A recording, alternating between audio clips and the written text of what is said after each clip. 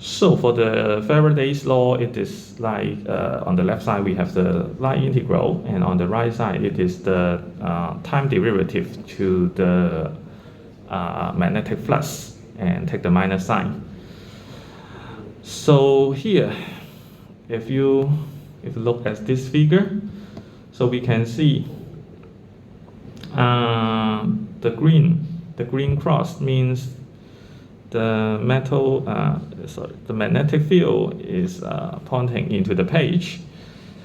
So as long as it is increasing, as long as the B is increasing, which means dB dt is increasing.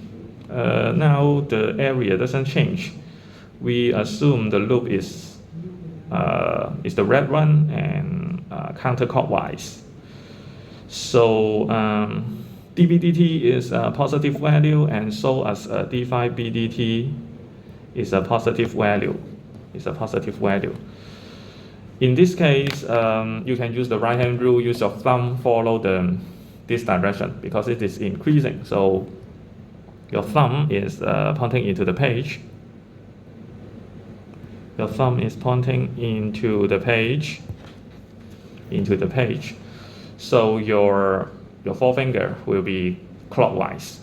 However, we have a negative sign here, so we know that this loop should be counterclockwise. So your forefingers will be out of the page. Will be clockwise. However, we have a negative sign. So for this one, this should be counterclockwise. So the logic is like this. You use your thumb pointing into the page, and then your forefinger will be clockwise, and then with a negative sign. So it is counterclockwise. So we can see that the E is pointing to the left on the top, and pointing to the bottom on the left, something like this. So it is counterclockwise. So this is the E field is counterclockwise. So as you can see here, this figure shows that for this part, the E field lines are denser, so the E field is stronger at that part, and for this part it is weaker, and so as this part. So this is the interpretation for the Faraday's law, the general form for the Faraday's law. And as I mentioned, so to use the concept of electric potential should be very careful, because in chapter 24 you know that the voltage potential or the electric potential is like the negative of the line integral E dot ds. So for that case, this E field is generated by static charges. In that case, we can use the concept of electric potential. And for that case, if the loop is a closed loop, which means you go for a arbitrary path and then go to the original point again, then for this line integral, it should be perfectly zero. So there shouldn't be any potential difference for the same point. However, here the E field is not generated by a static charge. It's not generated by static charge, but the changing magnetic flux according to the Faraday's law. So in this case, this line integral, we have a circle here, which means it goes for a closed path, and in that case, suppose this cross-section area have magnetic flux changing, and in that case there will be E dot ds. This line integral is not zero. it's not zero. So we must be very careful to use the concept of electric potential. So electric potential has meaning only for electric field that are produced by static charges. It has no meaning for electric field produced by induction. Yeah, so yeah, still here we can see 4 similar closed paths.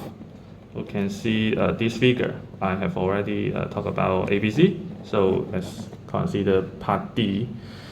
So there are 4 similar closed paths that enclose identical areas. So you can see here we have path 1, the red line, path 1, path 2, path 3, path 4. So the shape is strange, I cannot tell. It's like a pier. So yeah, it's hard to tell whether it's what shape it is scientifically. But actually, all these 4 paths have the same shape and same area.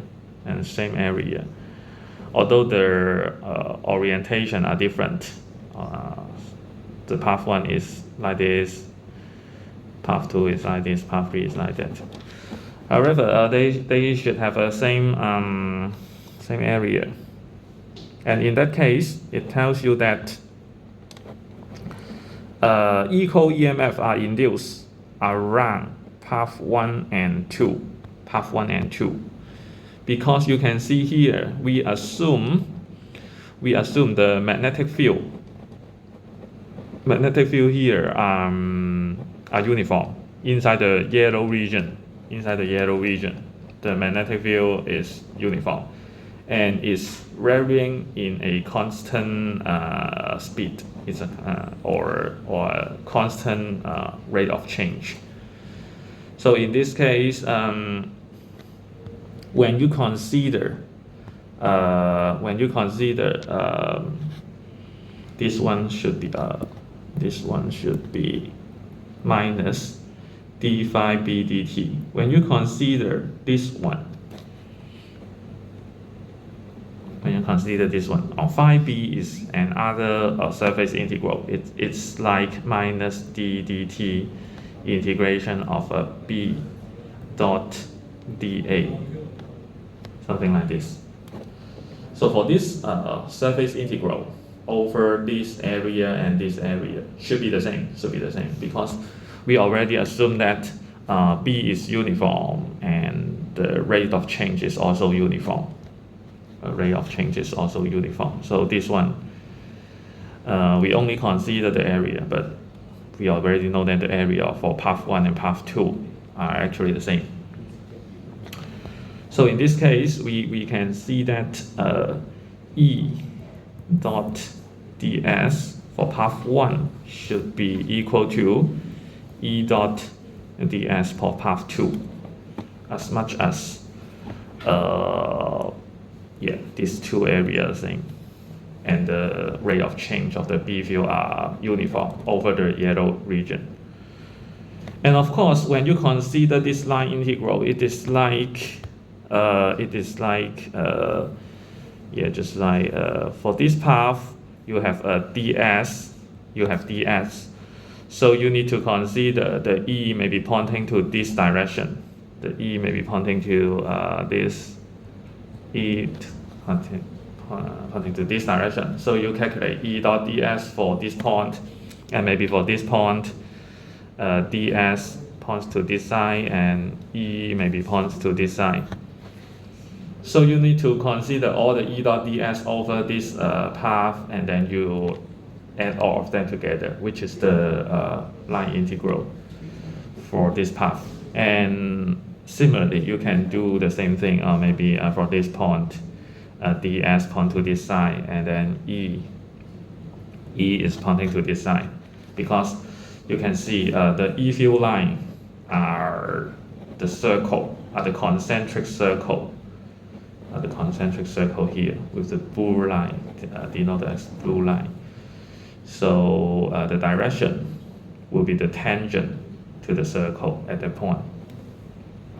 So you can see for that point E dot ds is like this, and maybe for this point this is ds and this is E. This is E. This is E. So for this point, it is possibly a negative value. So when you sum up this line integral, it may be difficult to calculate because this shape is quite strange. But at least due to the Faradays law, we know that this line integral is actually the same as this one. And next, which line entirely within the region of changing magnetic field, a smaller EMF is induced around path 3. So you can see here, path 3 is this one, and part of it is inside the yellow region, part of it is out of the yellow region. So when you consider this surface integral, which means part of the region is 0 there, because there is no magnetic field and also no magnetic flux changing. So for this part it is perfectly 0. We only consider this part. So we can see that for these two line integral, it must be larger than E dot ds for path 3. For path 3, because part of it is out of the yellow region, which will not contribute to the right side. Will not contribute to the right side. So when you consider the E dot ds over this path, it must be smaller than these two line integral. And for the last one, no net EMF is induced around path 4, which lies entirely outside the magnetic field. So you can see, So you can see here, path 4 is totally out of the yellow region, Although the E field is not perfectly 0 at all points, but at least we know that this surface integral and take the time derivative will be 0, because there are no magnetic field and no magnetic field changing inside this area. So at least we know E dot ds for path 4 will be perfectly 0. Although we can simply imagine that maybe for this point, ds is like this. E also points to similar direction. E points to similar direction because you can imagine it is a concentric circle. So E will point to the similar direction. And for this point, ds points to this direction and E points to this direction. So this one will be a negative number. And maybe for this one, ds points to this side and E points to this side, something like this. But according to Faraday's law, we know that this line integral will be perfectly 0. So this is what Faraday's law tells us. So up till now, any questions?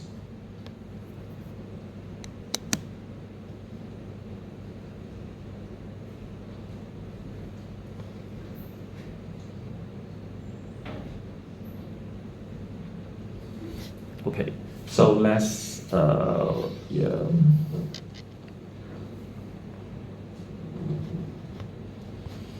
So let's see a sample problem. Here we have the same figure, and in the figure, take out the radius for the yellow region to be 8.5 centimeter. dB dt is 0.13 Tesla per second. So find an expression for the magnitude E of the induced electric field at point within the magnetic field at radius small r from the center to the magnetic field evaluate the expression for R equals 5.2 centimeter. So this R is 8.5 centimeter, and this circle, this black circle, has a radius of 5.2, so which is inside the yellow region. Inside the yellow region. Yeah. So first, E dot ds. E dot ds. So as much as we know the symmetric, just like what we have done for the Ampere's law. If you still remember the Ampere's law of B dot ds is like mu naught I enclosed. If you still remember. So this is like a BDS, because they will be parallel. Because as you can see here, for this circle, ds will be parallel to E. So we have EDS. And as much as E should be constant over the whole path, so we have E times 2 pi r. E times 2 pi r.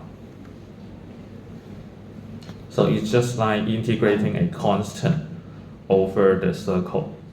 So it's like E times 2 pi r.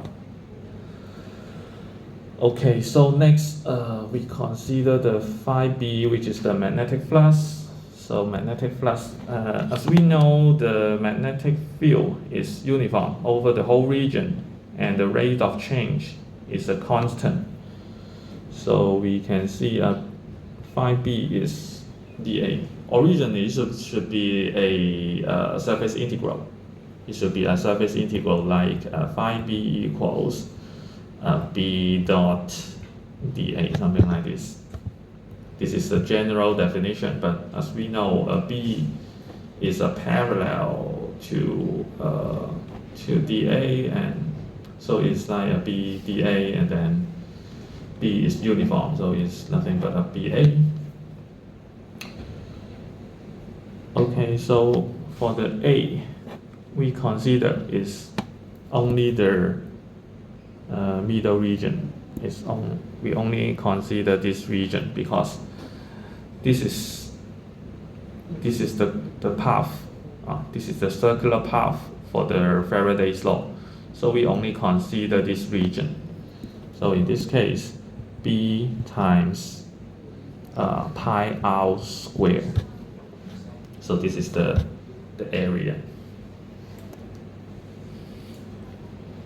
Okay, so so on the right side of the Faraday's law, we need to take the time derivative of the magnetic flux. So it is like d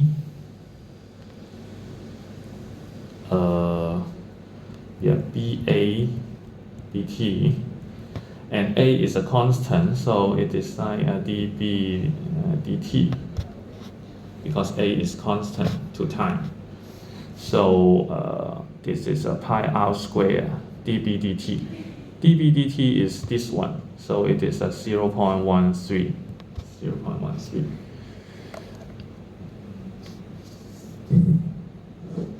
Or we can write it as a 0.13 pi r squared. Okay, so next, this is the Faraday's law. On the left side, it is the closed line integral of E dot ds, and on the right side, it is minus d phi b dt. Is the negative of the derivative of the magnetic flux with respect to time. So we can substitute everything. On the left side, E dot ds is this one, E times 2 pi r, and on the right side, minus this one, 0.13 pi r squared. So we can have E equals minus 0.13 over 2. We have 0.13 here, 2 here. pi and pi can be cancelled. Pi and pi can be cancelled. R and this R square can be partly cancelled. So we have R here. And yeah, it asks you to evaluate the expression for R equals 5.2 centimeter. And actually, what we need to find is the magnitude. So we can take the absolute value E of R equals 5.2 centimeter. So just take the absolute value so that we just ignore the minus sign. We have 0.13 over 2 times 5.2 centimeter is 0.052. So this one is 3.4 millivolt per meter. If you still remember for the electric field, the SI unit is volt per meter or Newton per coulomb.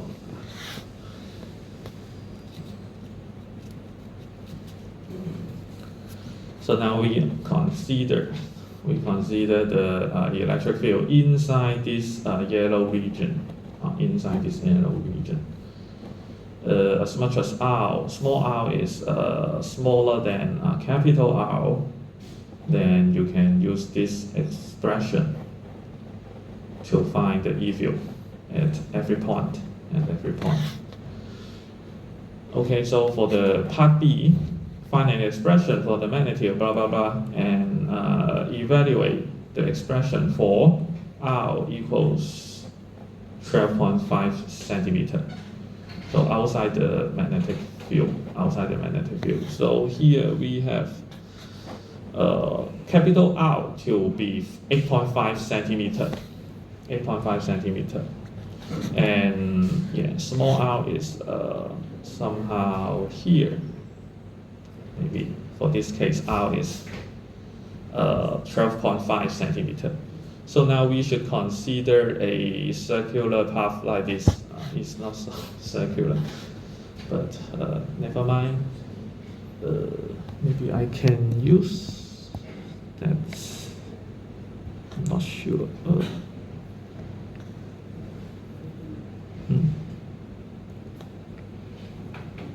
Ouch. Oh, not so good.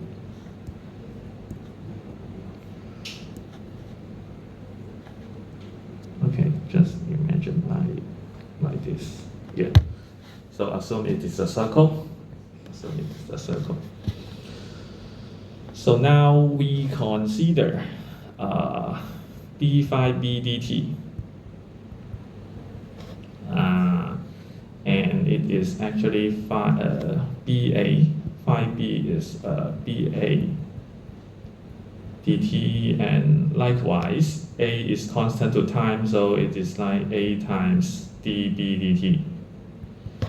And for this case, A is like, we consider the magnetic flux. Although this circle with a radius of small r, which is larger than this one, but when we consider the magnetic flux, we only consider the magnetic flux. So the area only consider up to capital R.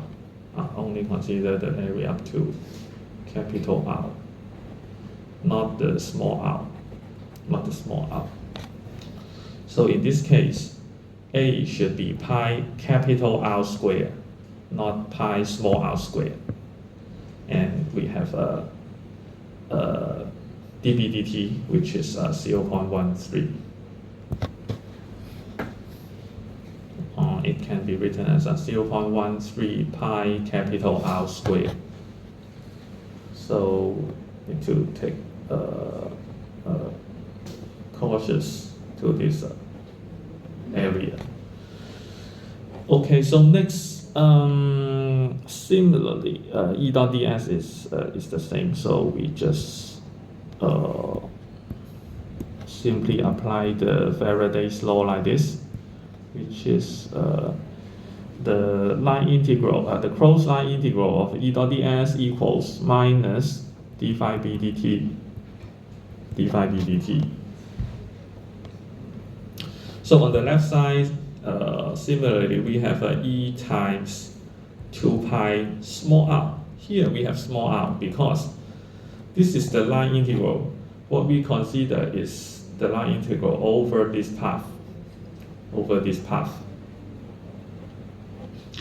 So actually we need to consider 2 pi r to be the circumference of the circles, and it is equal to minus this one, 0.13 pi r squared.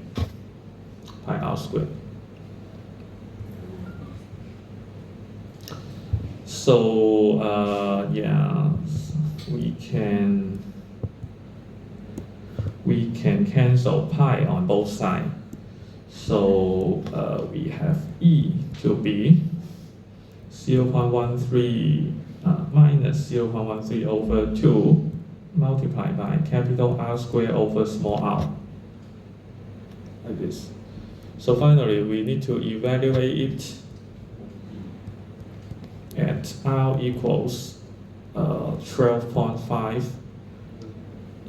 centimeter.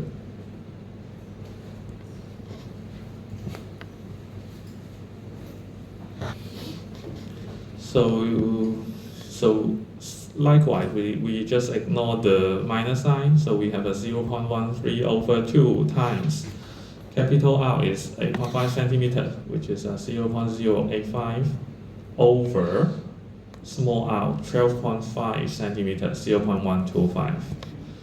So this one is 3.8 millivolt per meter.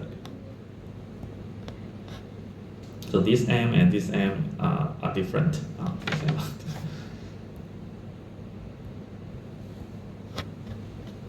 This is milli. This is milli. This is meter.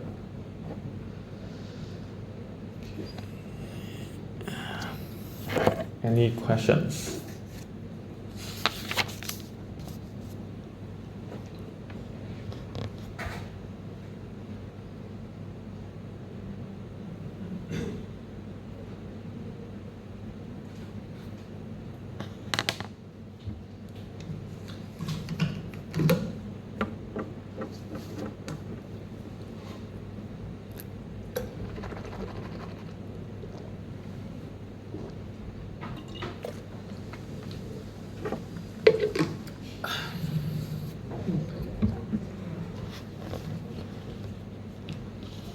Okay, now let's talk about the inductor and inductance.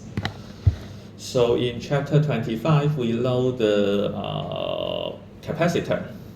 In chapter 26, we learn the resistor. So now we learn the third one, the inductor. So we have a RLC, resistor, inductor, and capacitor. So in chapter 27 and 31, we will learn something like the circuit analysis theory. Actually, for ECE students, they will have a whole semester to learn the circuit theory. But in Physics 2, we only have 2 chapters to cover that. So yeah, although it is already the most fundamental part for the circuit theory, but maybe it will be quite difficult for you, but yeah. But at least we will learn some fundamental about that. So if you consider I talk too fast, please let me know at the time.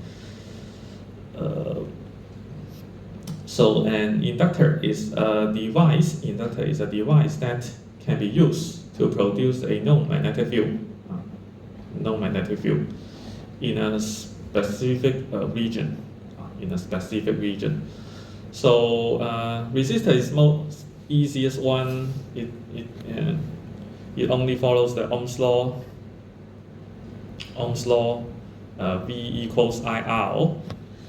And for capacitor, you know that it will generate the E field inside the 2 plates for capacitor. For capacitor, it generates E field, inside some of the area. And for inductor, it's produce a known magnetic field inside the special region, inside the specific region. So if a current I established through each of the n windings of an inductor, and the magnetic flux phi b links those windings, the inductance L of the inductor is, this is the definition. For capacitor, the definition is like Q equals CV or C equals Q over V. But here we have another short of the, so for that one, for the capacitor, so what we care about is the charge, Q, and we have a negative Q on the other plate. So as much as we have larger voltage or larger potential difference between the two plates, then the charge accumulated on the plate will be more. So we try to somehow normalize the charge to the potential difference between them. Here we define the inductance by the current. So if we have more current, it will generate more magnetic flux. So we just divide the magnetic flux by the current, and it is the inductance of the inductor. So this is L is the inductance of the inductor. And yeah, so this is the definition. And the SI unit for the inductance is Henry. Inductance is Henry. So the SI unit for the capacitor is Farad, if you still remember. Yeah. So this is an interesting story. The crude inductors with which Michael Faraday discovered the law of induction in those. So you can see here. So this is the inductor, and it tells you that in those days, amenities such as insulated wire. Insulated wires means the wire itself is some sort of conductor. However, you need some insulator to wrap it, so that as long as you have some sort of you have some winding, then this one and this one will not touch each other, as long as there are some insulated wrapping.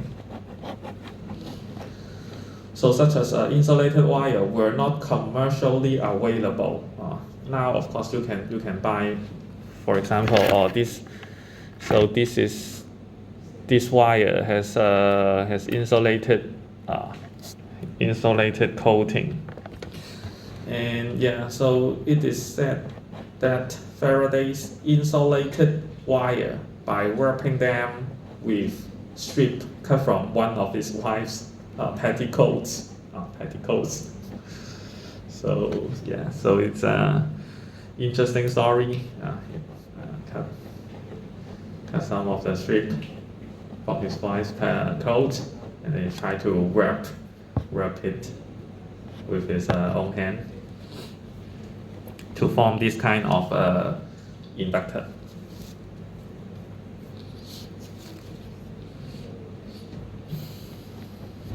Okay, so for the inductor, we try to consider more. So for the as long as we have this definition, so in the denominator, in the denominator we have the current, of course, and in the numerator we have the magnetic flux, and then multiplied by the winding, because there will be many windings. Okay, so when we consider the magnetic flux multiplied by the windings. So this is the total number of turn. Total number of turn. If you still remember in chapter 29, I emphasized that capital N is the total number of turn, and small n is the number of turn per unit length. So of course, capital N is small n multiplied by the length of the inductor. So you can see N is the number of turn per unit length, and L is the length. L is the length. Yeah. L is the length. Is the length of the coil. So which means we have N equals N small l. And then 5b, we already assume that inside the solenoid, the magnetic field is uniform. So we simply have 5b equals BA. So N 5b is small n L times BA. So we have this one. And also for the solenoid, we also have this expression, if you still remember, in chapter 29. So here, this is the original definition. In the previous page, L equals N 5b over I. So we substitute N 5b to be this one, So we have NLBA here over I. And then we substitute B equals this term to be here. So we have NL mu 0 INA over I. So finally, we can cancel this I and this I, so that this one does not relate to the current. And we simply divide small l on both sides. Divide L on both sides.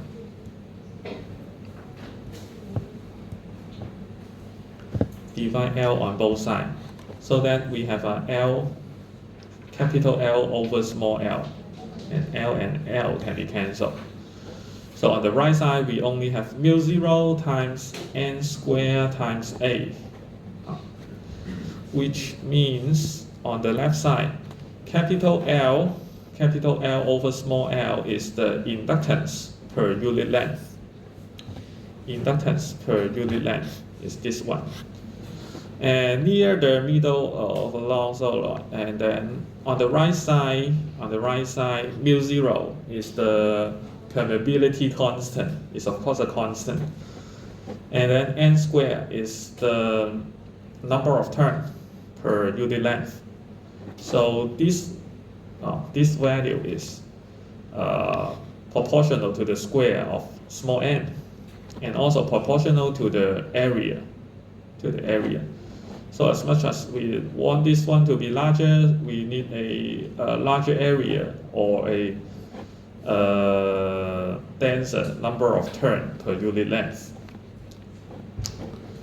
to make this time larger. Yeah.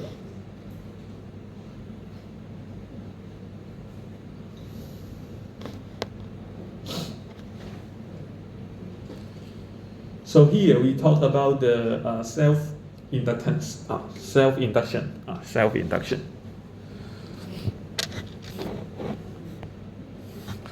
So if two coils, which we can now call inductor. So the circuit symbol is like this. You can simply draw, or maybe sometimes I only draw it like this. Is actually an inductor. So you should draw carefully, because the resistor is something like this. Yeah, the capacitor is like this. It will be more distinguishable. But for this one and this one, if you don't draw it very well, then you may mix up.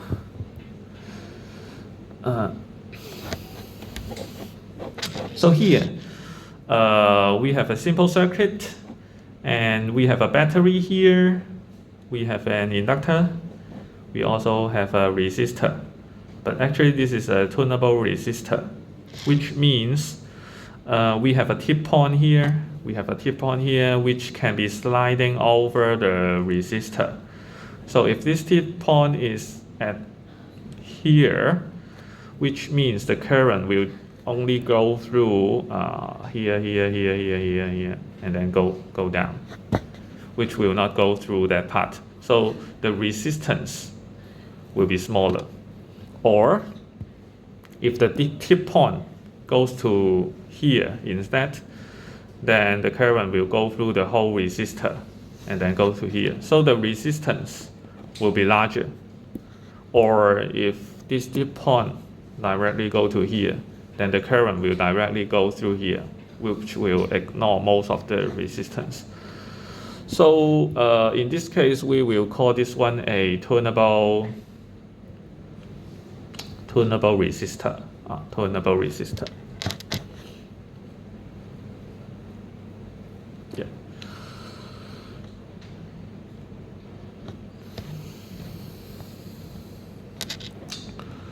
Yeah. So